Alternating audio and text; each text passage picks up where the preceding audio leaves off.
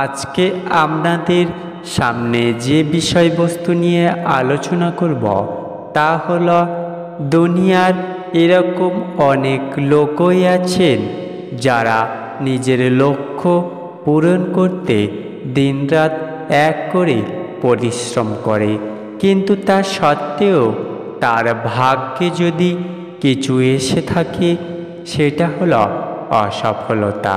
আর শত চেষ্টা করেও সে তার অসফলতার কারণ খুঁজে পায় না। কিন্তু বন্ধুরা, আপনারা কি জানেন এরকম সময়ে আমাদের সাহায্য করতে পারে শুধুমাত্র আমাদের ধর্মশাস্ত্র। শাস্ত্রে কিছু এমন ধরনের কর্মের উল্লেখ করা রয়েছে যা করলে দুর্ভাগ্য থেকে মুক্তি পাওয়া তো যাবেই, এবং তার সাথে সফলতা আপনার জীবনে আসতে পারে। বন্ধুরা, আপনাদেরকেই প্রথমেই বলি, যদি আপনার সব কাজে নিরাশা ও অসফলতা দেখা দেয় তবে এর একটি মুখ্য কারণ হলো আপনার দুর্ভাগ্য। কেননা এটা হয়তো আপনিও লোকেদের বলতে শুনেছেন, কাজটা হতেই যাচ্ছিল কিন্তু ভাগ্য সাথ দিল না। তাহলে বন্ধুরা, আপনাদেরকে বলি, আপনার এরকম ভাবনা কোথাও না কোথাও ঠিক হতে পারে।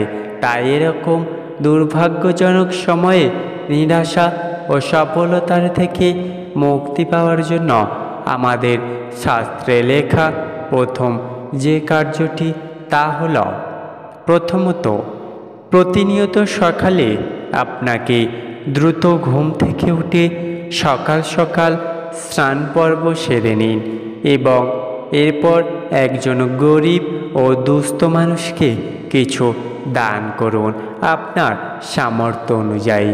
দ্বিতীয়ত, শাস্ত্রে বলা হয়েছে হিন্দু ধর্মে তুলসী গাছ আমাদের কাছে পবিত্র গাছ। সনাতন ধর্মে তুলসী গাছকে পুজো করার কথা উল্লেখ করা রয়েছে। এজন্য রোজ সকালে স্নান করার পর আপনার গৃহের তুলসী মঞ্চে গিয়ে প্রণাম করুন এবং তুলসী গাছে কিছুটা পরিমাণ জল দিন। ঠিক একইভাবে সন্ধ্যাবেলায় তুলসী মন্দির একটি ঘিয়ের প্রদীপ প্রজ্বলন করুন। এতে আপনার গৃহ সুখ শান্তিতে ভরে উঠবে। তৃতীয়ত যে বিষয়টির কথা বলা তা হল গায়ত্রী মন্ত্র পাঠ করা।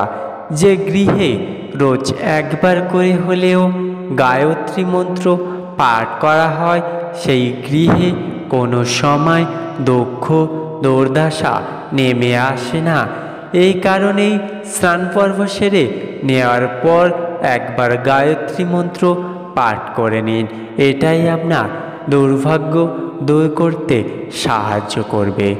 বন্ধুরা, এই ছিল মূলত আমাদের শাস্ত্রে উল্লেখিত তিনটি এমন কার্য যার মাধ্যমে আমাদের জীবনে সফলতা আসতে বাধ্য। আপনারা কি এটা জানেন, শাস্ত্রে উল্লেখিত বিষয়গুলো বাদ দিয়েও আরও কিছু বিষয় রয়েছে যার মাধ্যমে সফলতা আপনার জীবনে আসতে পারে, আর সেটি হলো আপনার প্রতিদিনের কিছু অভ্যাস যা আপনার দুর্ভাগ্যকে বদলে দেওয়ার ক্ষমতা রাখে।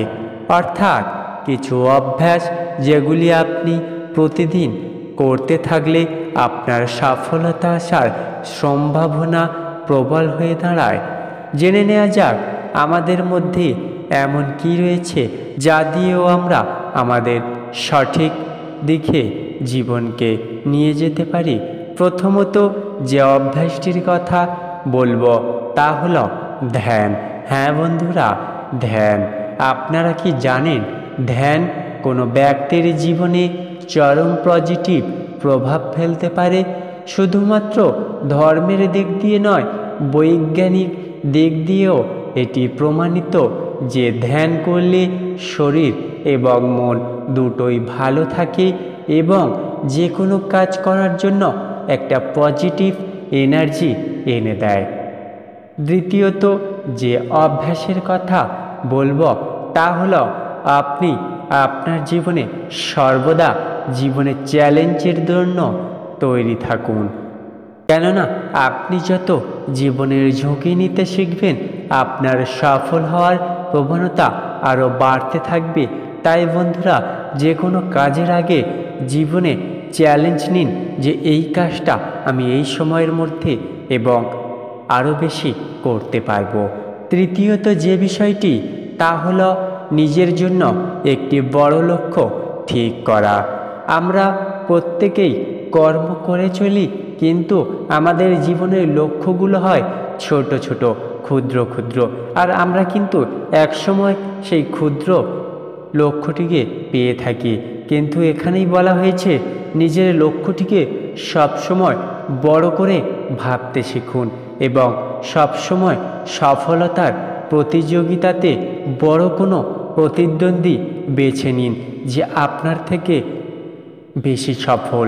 কেননা বন্ধুরা, বড় কোনো সফলতা পেতে গেলে সবার প্রথমে আমাদের করণীয় যে কাজটি হলো তা হলো আমাদের লক্ষ্যটিকে আগে বড় করে ভাবতে হবে। বড় করে না ভাবলে আমরা হয়তো কিছুই পাবো না, কিন্তু আমরা আমাদের লক্ষ্য যত বড় করে ভাববো আমরা সেই বড় না পেলেও কিছুটা বেশি অন্তত পেতে পারি।